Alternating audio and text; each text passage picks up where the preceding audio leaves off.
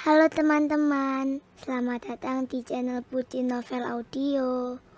Jangan lupa subscribe ya. Terima kasih. Episode 64. Sebenarnya yang saya tahu, menurut Papa, Ibu Mita yang menemuiku di sini. Mama sedang tidak enak badan, jadi memintaku menggantikannya sekaligus mengantarkan sebuah surat yang katanya sangat penting itu. Dodi hanya menatap Sally, mendengarkan. Tatapan Dodi yang sejenak terpaku padanya membuat Sally semakin percaya diri untuk menggerak badannya dengan yang lebih seksi. Aku bisa ambilkan sekarang. Dengan wajah menyesal, Sally nampak tergesa meneguk sampahnya dari gelas yang ada di tangannya, meletakkannya ke nampan seorang pelayan yang lewat. Saat dia berbalik, tiba sepatunya sepertinya tersandung sesuatu. Au! Tubuh Sally terdorong ke arah Dodi dan dengan refleks Dodi menyambut tubuh Sally. Maaf. Sally meringis sambil memeluk Dodi. Dodi menegakkan tubuh Sally tanpa ekspresi. Kamu tak apa? Kakiku sepertinya terkilir. Sally membungkuk dan mengurut buku kakinya sambil meringis sementara tangan kirinya masih berpegang pada lengan Dodi. Bisa antarkan aku ke mobil? Rasanya aku agak susah berjalan. Sekalian mengambilkan dokumen yang dititipkan oleh Mama. Dodi sejenak menatap kepada tangan Sally yang menggenggam lengannya dengan erat, membiarkan Sally berdiri dengan benar. Aku akan mengantarkanmu ke mobilmu, sahutnya pendek. Terima kasih. Sally bergelayut di lengan Dodi dengan tubuh merapat oleng. Sementara Dodi berjalan melewati orang dengan wajah yang diarahkan ke depan.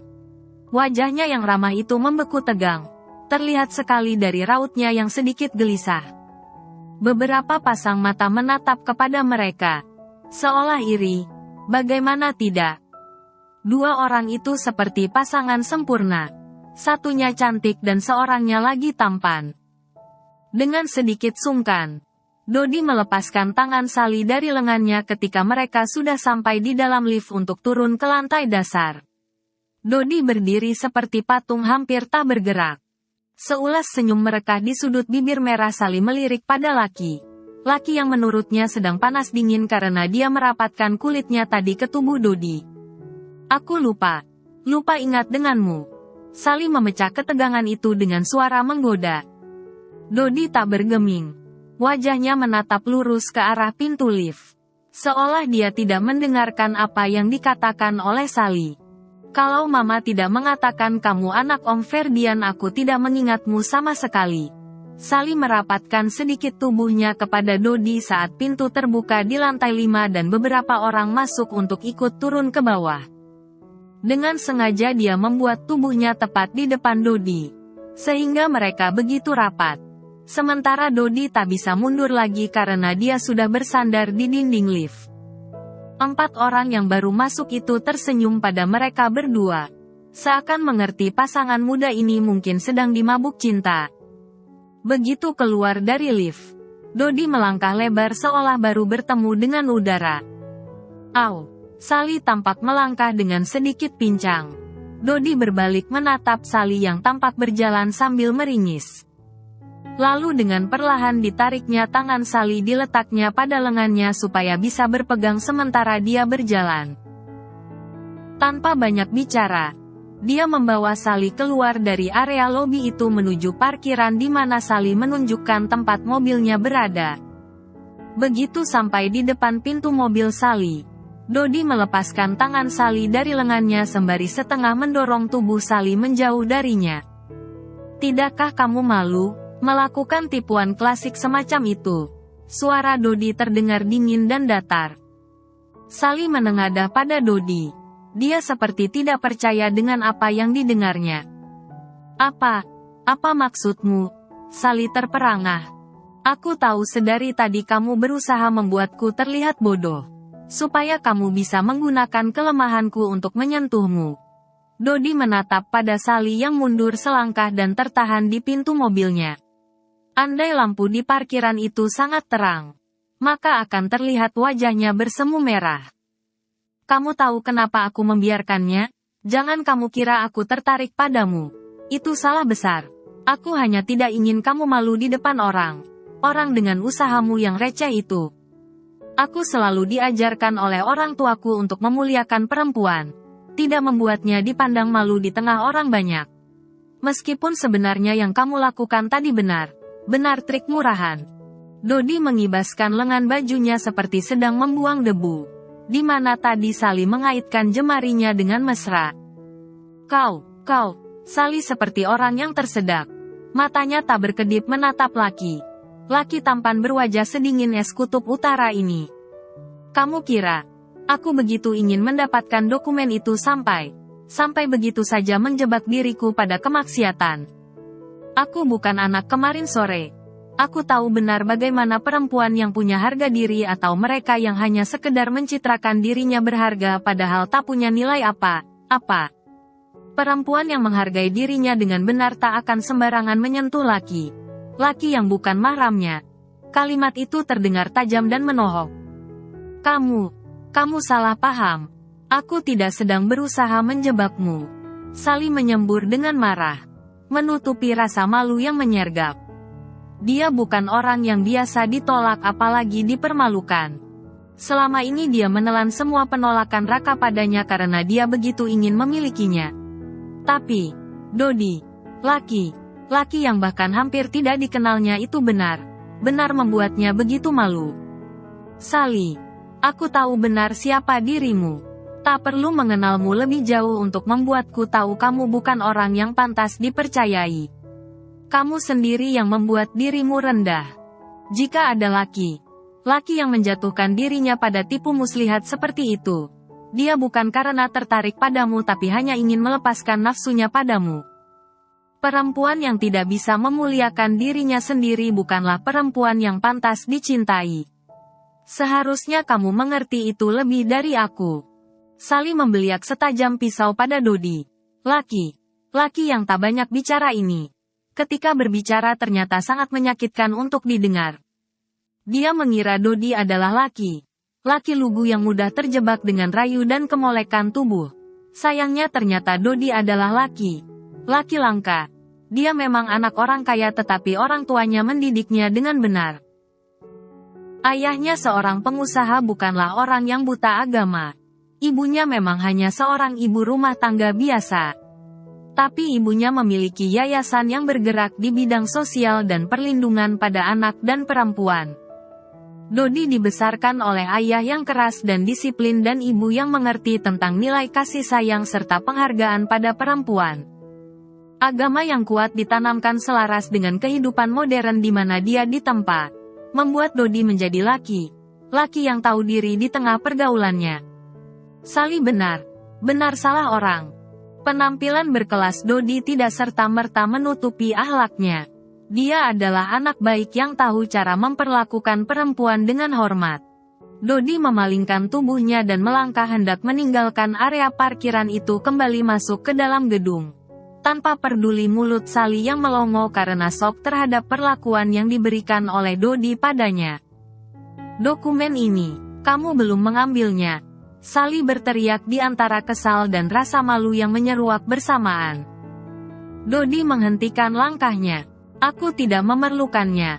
Karena aku tahu itu hanyalah surat perjanjian baru untukku tanda tangani.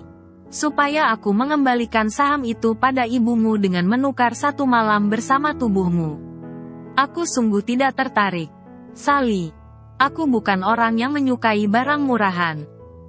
Dodi mengucapkan kata itu dengan sikap elegan dan tanpa riak apapun di wajahnya.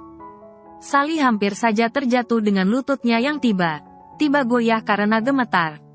Untung saja, pintu mobilnya menahan tubuh rampingnya yang seksi. Sally benar merasa dipermalukan sampai lapisan tanah merah. Hari sudah lewat tengah hari. Sarah dan Raka baru saja kembali dari makan siang.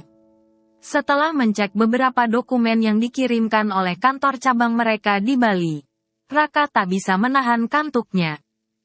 Dia masuk ke kamar rahasia mereka di belakang lemari arsip.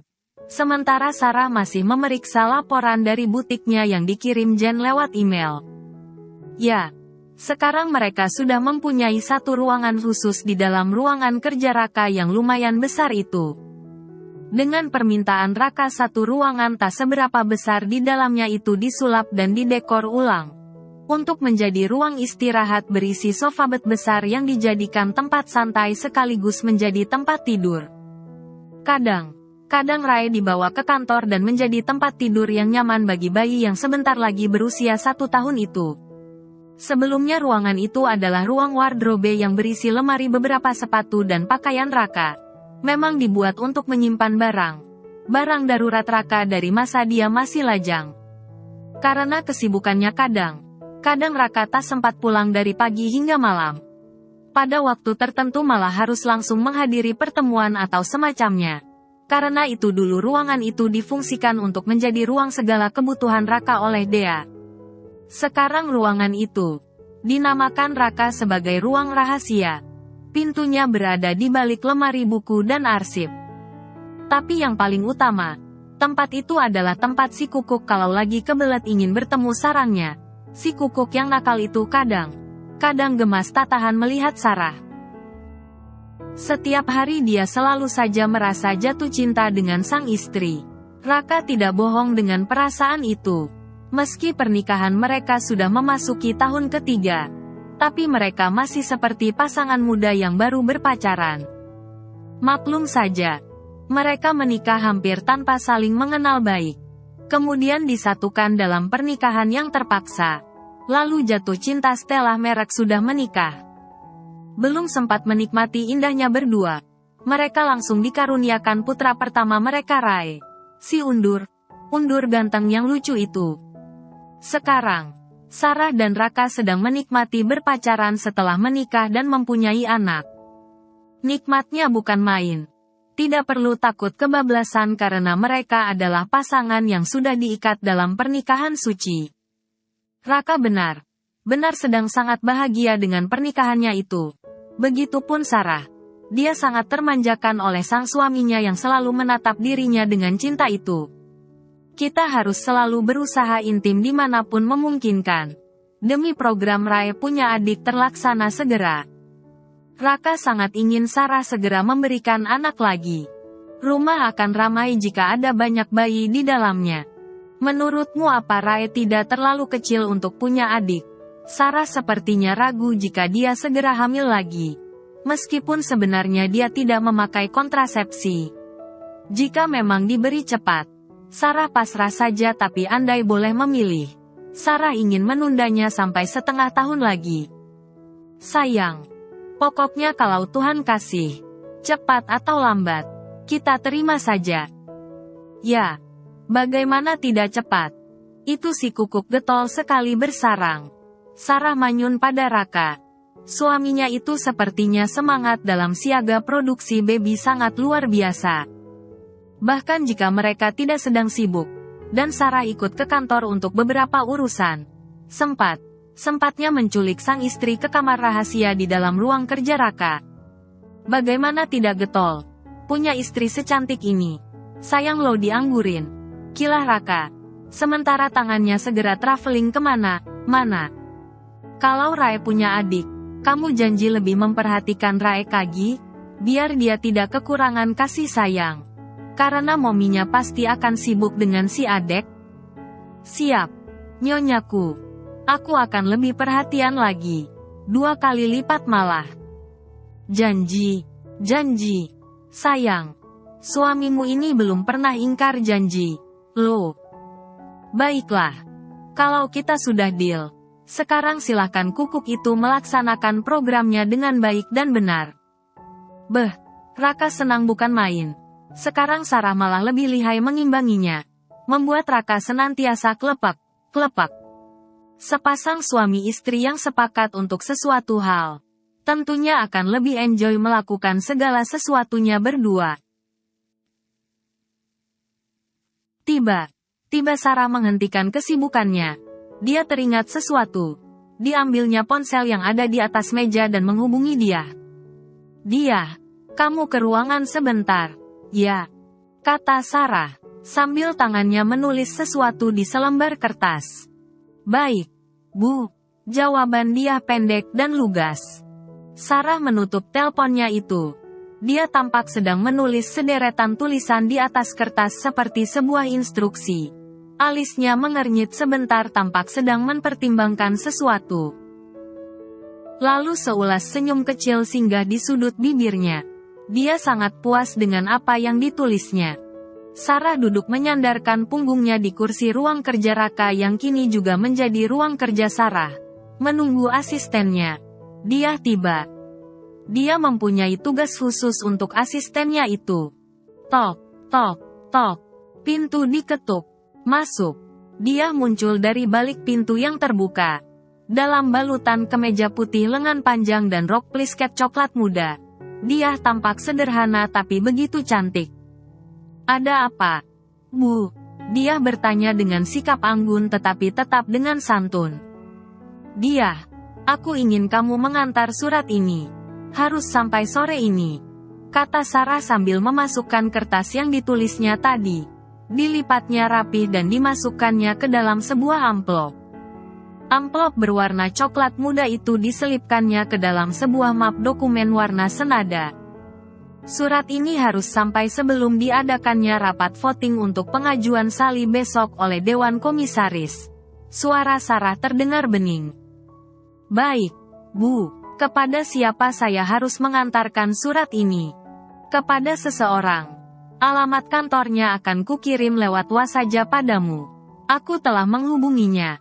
Dia menunggumu sekarang, sahut Sarah. Pak Ardi akan mengantarmu ke sana. Lanjut Sarah. Selama ini untuk berbagai kepentingan yang berurusan dengan kantor. Dia memang diantar oleh sopir pribadi Papa Raka itu. Karena dia memang tak bisa menyetir. Pak Ardi siap sedia di kantor. Apalagi Pak Rudiat sedang berada di luar kota. Dia mengangguk dengan patuh sambil menerima map dokumen yang diserahkan Sarah. Saya akan segera berangkat, Bu. Siapa yang akan menerima surat ini nanti? Tanya dia. Sambil memeluk map itu di dadanya. Pak Dodi Al-Fajri. Nanti kukirimkan nomor kontaknya ke kamu. Supaya kamu bisa menghubunginya jika sampai kantor Pak Dodi. Saya akan segera berangkat, Bu. Siapa yang akan menerima surat ini nanti? Tanya dia. Sambil memeluk map itu di dadanya. Pak Dodi Al-Fajri. Nanti kukirimkan nomor kontaknya ke kamu. Supaya kamu bisa menghubunginya jika sampai kantor Pak Dodi. Dia sejenak tercenung. Entah apa yang ada di kepalanya. Tapi kemudian menganggukkan kepalanya. Sekarang sudah lewat siang. Kamu sudah makan? Sudah. Jawab dia dengan cepat. Aku dan Bapak akan langsung pulang nanti. Tolong kamu siapkan ruangan meeting besok pagi dengan Rian. Ya, sebelum semuanya tiba. Baik, Bu. Dia menganggukkan kepalanya. Tiba Sarah berdiri dari duduknya dan mendekati dia yang berdiri dan memegang lengan dia sebelum dia mengucapkan kata pamit mau pergi. Dia, apakah kamu tidak apa? Apa? Tanya Sarah sambil menyelidik wajah dia. Aku tidak apa. Apa? Dia menjawab dengan sedikit bingung. Mendapati Sarah meneliti raut wajahnya. Sarah menghela nafasnya dan menatap lekat pada wajah yang masih menyisakan keruh itu.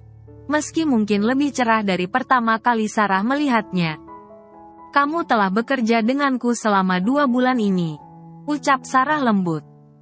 Apakah kamu ingat pada apa yang kukatakan dulu, saat pertama kali kamu datang padaku? Dia mengangkat wajahnya dan membalas tatapan Sarah. Jangan pernah mengasihani dirimu sendiri dengan bersikap selalu kita adalah korban. Karena itu membuat kita merasa tak berdaya. Jika kita memang harus menghadapinya, hadapilah. Entah harus sesakit apa. Karena semua yang kita hadapi hari ini akan terlewati saat kita bertemu hari besok. Biarkan kita menoleh pada masa lalu dengan kepala tegak bukan dengan penyesalan lagi. Sarah memegang lengan dia dengan lembut. Yang sudah lewat biarlah dia berlalu. Jadikan saja sebagai pembelajaran hidup. Jangan pernah mengulang kesalahan yang sama jika kita tahu itu salah. Mari menata hidup lebih baik ke depan. Lanjut Sarah. Aku dan Bram akan benar berpisah sebulan lagi. Suara dia terdengar lirih. Tegasnya dia meminta perceraian pada suaminya. Tetap saja dia adalah seseorang yang terluka. Dia perlu seseorang tahu bahwa dia benar sedang di ujung kesakitan dalam pernikahannya yang gagal. Selama ini, Sarah telah menguatkannya untuk bangkit dari keterpurukan. Mengajarnya berani berdiri di atas kakinya sendiri, tidak lagi bergantung pada orang lain. Apakah kamu takut berpisah dengan Bram? Tanya Sarah sambil menatap langsung kepada mata perempuan tang berkaca. Kaca itu. Dia hanya berusaha tegar, walau sesungguhnya dia sedang rapuh. Dia mengerjap matanya yang terasa perih. Apakah kamu masih mencintainya? Tanya Sarah lagi. Sesaat dia terdiam. Mata itu bersinar nanar pada satu-satunya teman sekaligus bosnya yang begitu mengerti dirinya itu. Aku tak tahu lagi rasanya cinta. Aku tak ingat lagi perasaan itu bagaimana. Bibir dia menyahut gemetar. Jika kamu merasa hatimu cukup besar untuk memaafkan Bram dan kembali padanya, belum terlambat. Tapi, tanyakan lagi benar pada hatimu. Apakah kamu bisa menerimanya seperti sedia kala setelah kamu disakiti dan dikhianati begitu dalamnya? Semua tak pernah sama lagi. Saat pernah ada perempuan lain dalam pernikahanmu. Setiap saat ingatan itu pasti kembali. Apakah benar kamu bisa menjalani hidup yang seperti itu? Dia menggelengkan kepalanya, menggigit bibirnya. Berdirilah dengan tegak. Jangan takut. Kamu punya Tuhan yang menjaga dan mencukupkanmu. Jangan menyiksa dirimu untuk laki yang tak pernah menghargaimu. Hiduplah dengan harga diri yang kau junjung tinggi sebagai perempuan yang tak lagi diinjak. Katakan pada dirimu sendiri, semua akan baik saja. Sarah memeluk dia yang matanya tiba berembun. Aku tidak takut apapun lagi, sahut dia dengan yakin. Setetes bulir bening yang sempat jatuh dihapusnya dengan punggung tangan. Sesaat sebelum Sarah melepaskan pelukannya. Kamu boleh pindah ke apartemenku di dekat butik. Jika kamu memerlukan tempat tinggal setelah keluar dari rumahmu yang sekarang. Dia mengangguk. Seulas senyum tipis di bibirnya. Sekarang aku harus mengantar surat ini. Sebaiknya aku segera pergi. Dia membungkukkan badannya dengan rikuh. Dia merasa lega. Setelah menumpahkan kegelisahannya menjelang sebulan penjatuhan talak lanjutannya. Tidak ada mediasi atau usaha untuk saling memperbaiki. Bahkan sekarang Bram telah tinggal kembali dengan Sally. Bram bahkan tak nampak sedikit pun merasakan penyesalan terhadap semua perbuatan buruknya. Bu Dia, saya baru mendapat telepon Bapak sudah tiba di bandara. Saya akan menjemput Pak Rudiat dulu. Ibu Dia bisa tunggu saya di sini jika sudah selesai urusannya. Atau nanti dijemput sopir kantor? Pak Ardi berhenti tepat di depan sebuah gedung 5 lantai yang merupakan alamat kantor cabang perusahaan Pak Ferdian. Disinilah Dodi berkantor jika berada di Surabaya. Tidak usah menjemput saya, Pak. Saya bisa pulang sendiri naik taksi. Sahut dia sambil turun dari mobil menenteng tas dan map dari Sarah. Pak Ardi mengiyakan. Dia juga sedang terburu-buru karena harus menjemput Pak Rudiat yang baru saja tiba di bandara. Begitu dia menjejakkan kaki lantai dasar, resepsionis menerimanya dan seorang laki kelimis berpakaian rapih mengantarnya ke ruang Pak Dodi yang berada di lantai teratas. Pak Dodi telah menunggu Anda, kata laki itu ramah. Saat ruang kerja Dodi terbuka, laki itu segera berdiri dari duduknya menyambut dia. Terima kasih sudah datang kemari, Bu. Dia. Cara Dodi melafalkan panggilan dia terdengar aneh, seolah begitu sungkan. Mereka memang sudah bertemu 2 kali di kantor tetapi hanya sekilas saja. Dan lagi tak pernah berbicara lebih dari beberapa kata. Itu pun dia menyambutnya sebagai tamu dengan sikap sangat formal. Terima kasih, Pak. Saya diminta oleh Bu Sarah untuk mengantarkan ini. Masih dalam keadaan berdiri. Dia mengansurkan map di tangannya. Ya, Ibu Sarah telah memberitahukanku kamu mengantarkannya. Silahkan duduk. Dodi mempersilahkan dia duduk di kursi sofa tamu sambil menerima dokumen yang diserahkan dia. Dia sejenak ragu. Tapi Dodi tampak seperti tak memperhatikannya. Dia duduk di salah satu sofa itu. Matanya tertuju pada map yang dipegangnya dan membukanya. Meneliti lembaran di dalamnya dan sebuah kertas yang dilipat rapi. Dengan canggung dia duduk di seberang meja tamu di mana Dodi tampak mengerutkan kening membaca isi surat dalam lembaran yang berlipat itu. Tak lama dia mengangkat wajahnya, tersenyum pada dia. Aku akan menyiapkan lembaran yang Ibu Sarah minta. Kamu bisa menunggunya, ucapnya. Dia hanya menganggukkan kepalanya. Dia tak menyangka surat Sarah itu ada balasannya. Dia mengira hanya mengantarkannya saja. Mata Dodi tertuju ke jam dinding. Keningnya berkerut sedikit. Bisakah kamu menunggu di sini? Aku bisa menunggu di luar. Jawab dia terbata-bata. Aku hanya sholat sebentar. Nanti aku kembali. Sahut Dodi sambil berdiri. Aku bisa menunggu di bawah. Mungkin kalau ada musola di bawah. Saya juga akan sholat. Sahut dia. Dia benar. Benar tak enak jika menunggu sendiri dalam ruangan kerja Dodi itu. Kebetulan kalau begitu, kita berdua bisa sholat di sini. Di sini, Dodi menunjukkan sebuah pintu yang terhubung di dalam ruangannya. Di dalam sini ada musola. Kebetulan kalau begitu, kita berdua bisa sholat di sini. Bersambung dulu ya teman-teman.